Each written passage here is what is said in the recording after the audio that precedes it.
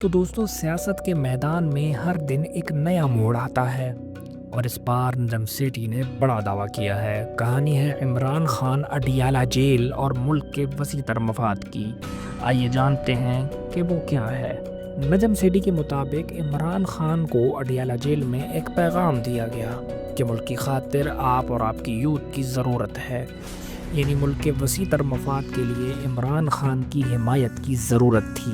سیٹھی صاحب کے مطابق عمران خان نے اس پر کہا کہ ملک کی خاطر میں اپنی اندرونی لڑائی روک دیتا ہوں اور مودی کے خلاف آپ کے ساتھ ہوں، یعنی عمران خان نے ملکی مفاد کے لیے اپنی سیاسی جدوجہد کو وقتی طور پر ایک طرف رکھنے کی بات کی۔ سیٹھی صاحب کے مطابق عمران خان کے اس فیصلے پر جواب آیا کہ خان صاحب آپ کا بہت شکریہ، ہم آپ سے یہی توقع تھی، یعنی دونوں طرف سے وقتی طور پر ایک سمجھوتا ہوا تاکہ ملک کے وسیع تر مفاد کا تحفظ کیا جا سکے۔